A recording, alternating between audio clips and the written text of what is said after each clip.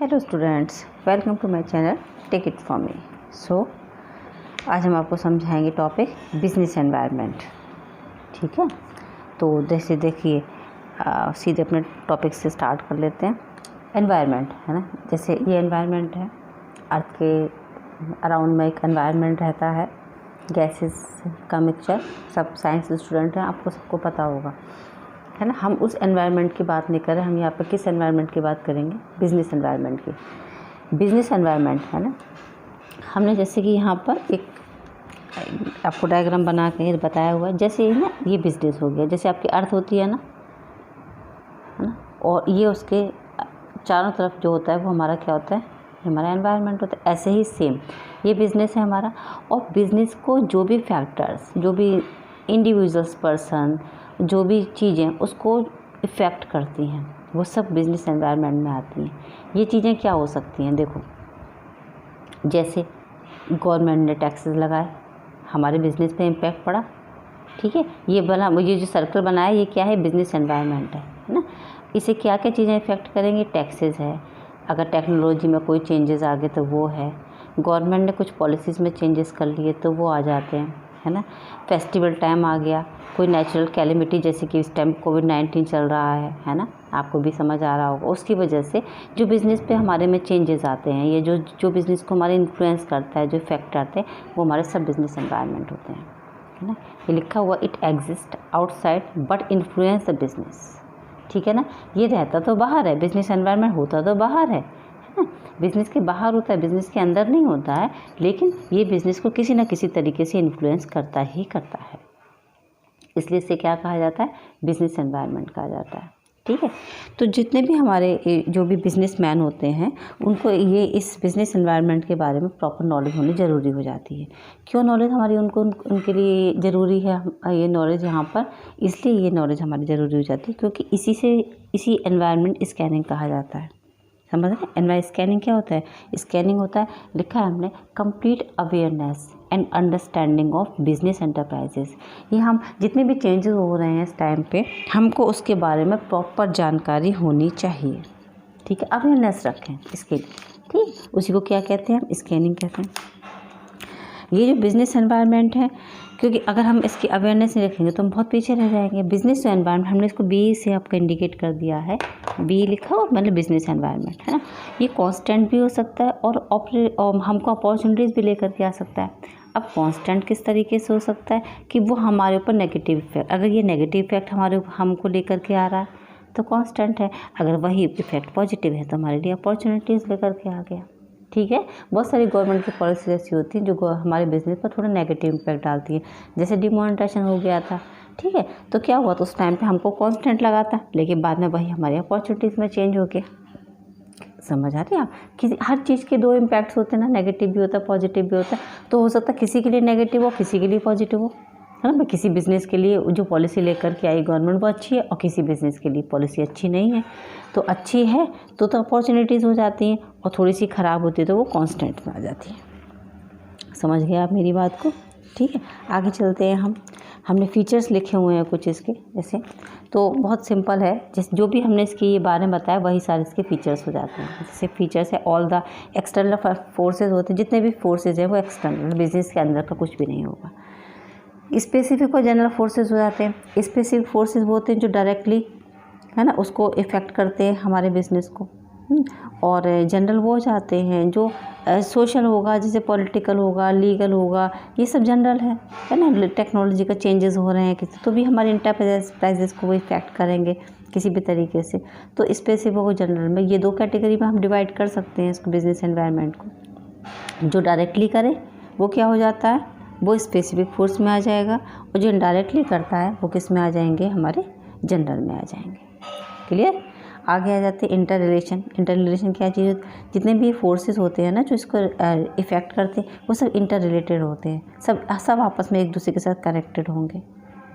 ठीक है ना, सब कनेक्टेड है इसमें हर तरीके से। कोई भी फैक्टर अगर आप लेते हैं, गवर्नमेंट की अगर पॉलिसी में ही चेंजेस अगर हो जाता है किसी भी तरीके से, गवर्नमेंट ने पॉलिसी में चेंजेस किए होंगे तो डेफिनेटली उससे टैक्स की रेट बढ़ रही होगी या घट रही होगी। ठीक है, उस बिज़नेस में हमारे क्या इम्पैक्ट पड़ रहा होगा? डिमांड बढ़ रही होगी या फिर थोड़ी सी डाउन हो रही होगी, इस तरीके से वो इंटर रिलेटेड होते हैं। अनसर्टेन होते हैं, ये तो क्लियर है। नेक्स्ट वाला पॉइंट, कभी भी हो सकते हैं, कैसे भी हो सकते हैं, अनसर्टेन है। कोविड-19 आ गया, अचानक आ गया और बिज़नेस पे बहुत बड़ा वाला इम्पैक्ट पड़ गया।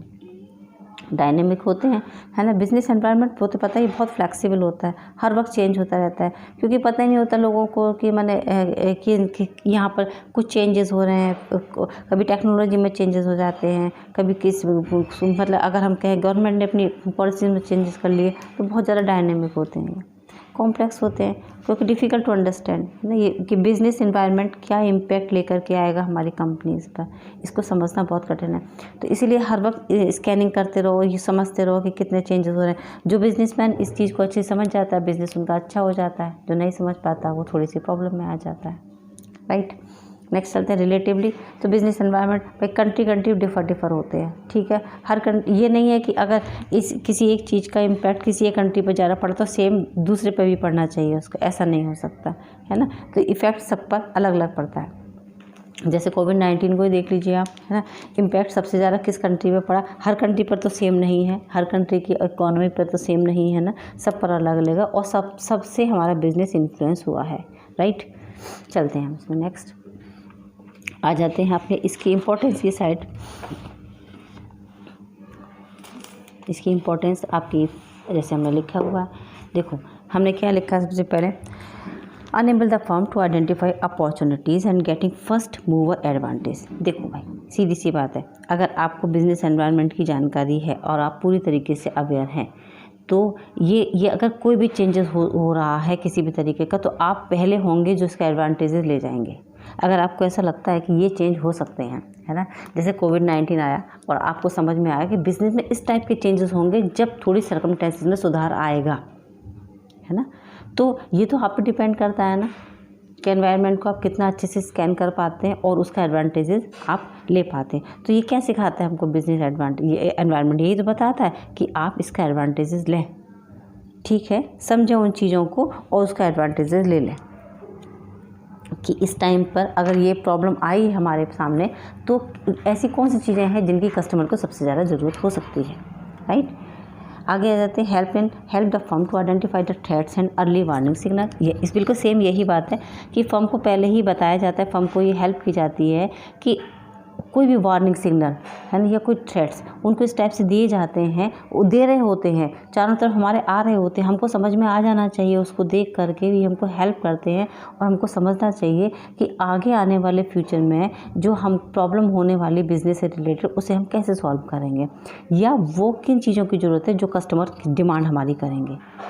समझ आ रहे हैं ना, हर बिज़नेस या फिर हर चीज़ की डिमांड तो नहीं करेंगे कस्टमर, थोड़ा सा इकोनॉमी को सुधारते टाइम लगेगा, तो बस वो किन चीज़ों की ज़रूरत है, तो ये हेल्प करते हैं हमारी फर्म को ये आइडेंटिफाई करने में कि वो, और ये सिग्नल देते रहते हैं, वार्निंग सिग्नल देते रहते हैं कि भाई इस चीज़ का ये प्रोडक्शन बंद होने वाला है, इस चीज़ को लोग पसंद नहीं करेंगे अब आगे जाकर, तो बंद करो ना, जल्दी से हटाओ उन सब चीज़ों को अपने पास से, अगर कोई चीज़ फैशन से हटने वाली है हटाओ उनको, ठीक है। नेक्स्ट आ जाते हैं helpful in tapping and assembling resources. ये सारे पॉइंट एक दूसरे से रिलेटेड है। देखो अब क्या होता है असेंबलिंग करने में या फिर टैपिंग करने रिसोर्सेज की, रिसोर्स मतलब रॉ मटेरियल चाहिए हमको, है ना, हमको समझ जाना चाहिए कि इसके बाद ये हमारी हेल्प करते हैं, हमारे पास कुछ ऐसे सिग्नल आने स्टार्ट हो जाते हैं, ये बताना शुरू कर देते हैं ये हमको कि इन रिसोर्सेज को आप असेंबलिंग, इन सब रिसोर्सेज को आप इकट्ठा करना स्टार्ट कर दो क्योंकि वो ज़रूरी है, है ना, क्योंकि वो अब समझ में आने लगा कि ये डिमांड अब एनवायरनमेंट में इस चीज़ की डिमांड बढ़ने वाली है, तो इतना अवेलेबल हमारे पास होना चाहिए कि हम कस्टमर की डिमांड को पूरा कर सकें,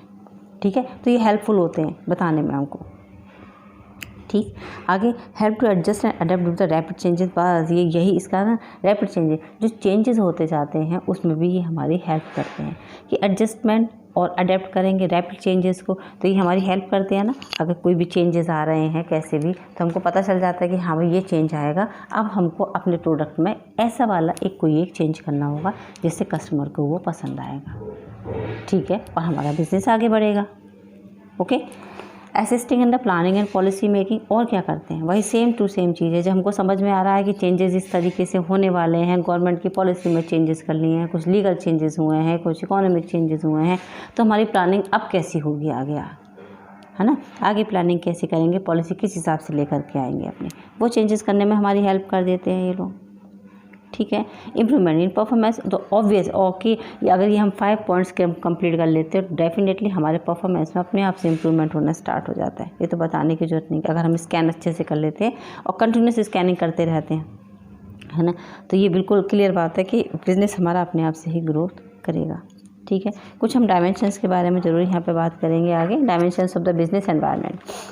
डायमेंशंस मीन्स क्या होता है, सबसे पहले तो ये हम डाल रहे हैं, देखो ये सारे फैक्टर्स जितने होते हैं ना, जो फोर्सेस होते हैं, जो किसी भी डायरेक्ट या इनडायरेक्ट तरीके से अगर हमारे बिजनेस को इफ़ेक्ट कर रहा है, दैट इज़ कॉल्ड डायमेंशंस। समझ है, वो फैक्टर्स जो डायरेक्टली या इनडायरेक्टली बिजनेस को इफ़ेक्ट करते हैं, डायमेंशंस उसे कहते हैं। अब ये हम ये इनके डिस्कस करेंगे और ये बहुत इंपॉर्टेंट है क्योंकि सारी केस स्टडीज इन्हीं से ही आती हैं। एक केस स्टडी आपको देंगे वो लोग, अब आपको इसमें से ये आइडेंटिफाई करना है कि इनमें से कौन सा एनवायरनमेंट वहाँ पर एप्लीकेबल होता है, राइट। चलते हैं, फर्स्ट हम पढ़ेंगे आपका इकोनॉमिक एनवायरनमेंट। जैसे नाम से क्लियर है, ये वो एनवायरनमेंट होंगे जो हमारे इकोनॉमी को डायरेक्टली इन्फ्लुएंस करेंगे।